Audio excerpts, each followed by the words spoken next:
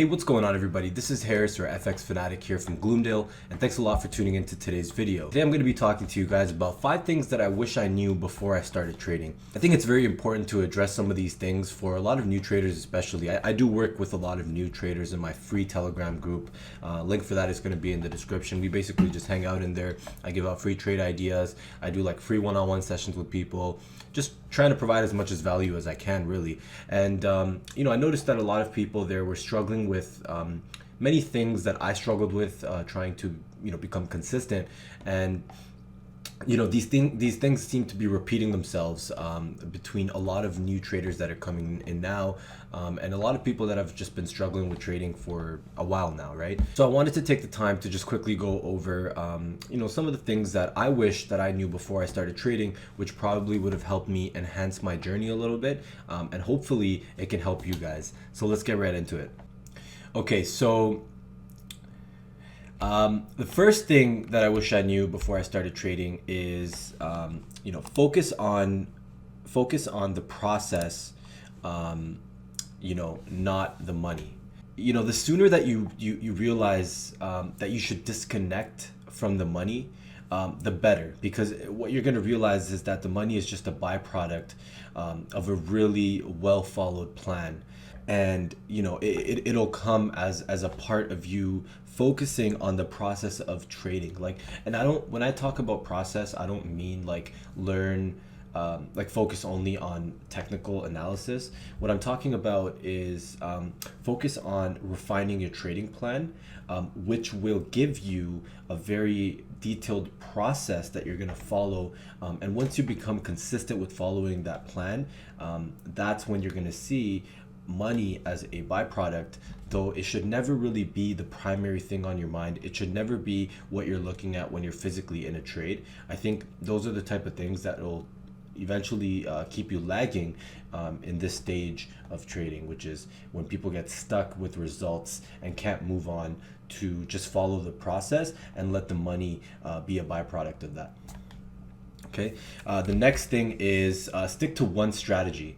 So one of the things that I personally struggled with when I first started trading about 2 years ago was strategy hopping. I really did struggle with that, and I think that a lot of people struggle with strategy hopping because it's a trader's way to look for a way to eliminate all their losses. And I'm going to tell you guys that right now, right off the bat, it's not going to happen. You're not going to be able to find such a strategy that will eliminate losses for you, okay? The only true way to do that is to find something that works for you, of course, and refine it. Just keep refining it. Keep working with that one strategy. If it's worked for you once before, it will continue to work for you, but you have to put in the effort to find out what is its optimal, I guess you can say, conditions, right? The strategy that you're using that's worked, it's given you maybe 5 winning trades, and now all of a sudden you have 2 losing trades. Well, why did you have those 2 losing trades? Do you even know the answer to that? Before you even know the answer to it, you're probably already going out looking for a new strategy that'll give you better results at a faster rate. And you focus so much on the process of doing that versus a process that you could be working on with the current strategy you have, really refining it and then actually getting results. People focus on just jumping from strategy to strategy, and it becomes a mess. The other thing is, when it comes to strategies, is that people get stuck in this loop of just jumping from one strategy to another. Don't get stuck in that loop. Find something that works, find something that you like, and stick to it. Okay, so the next one is stay away from other people's progress. This one's important, guys, because in today's day, social media can really disrupt your process. A lot of times when you see results on social media, people want to mirror those results. They want to you see somebody have a really good day where they do they have a 10% day, right? And then all of a sudden you're seeing this person do 10% on like a $50,000 account, and then there's you trading with like a $50, $100 account, and you did maybe 10% of that, and it just doesn't occur to you that, okay, I made 10% of my account. What you're thinking is, oh, I made $5, right? Like off a $50 account. Oh my God, like that's nothing. Like I can never become a full-time trader. But you got to realize you're working with the $50 account, and you just did 10% of a $50 account. Like, that's pretty awesome.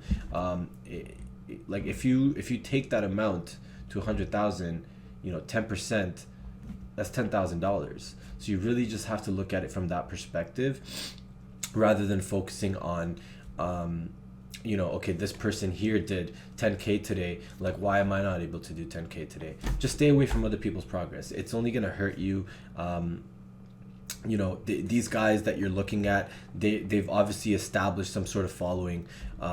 They've also established some sort of consistency, and probably have spent years doing so, and that's why they're able to produce results like that. And you focusing on them is only going to take you further away from your own personal progress of getting to a point where you're content with your results, where it's actually physically doing something for you in real life. Number 4, guys, focus on your losses, not your wins. This is like probably my biggest teaching.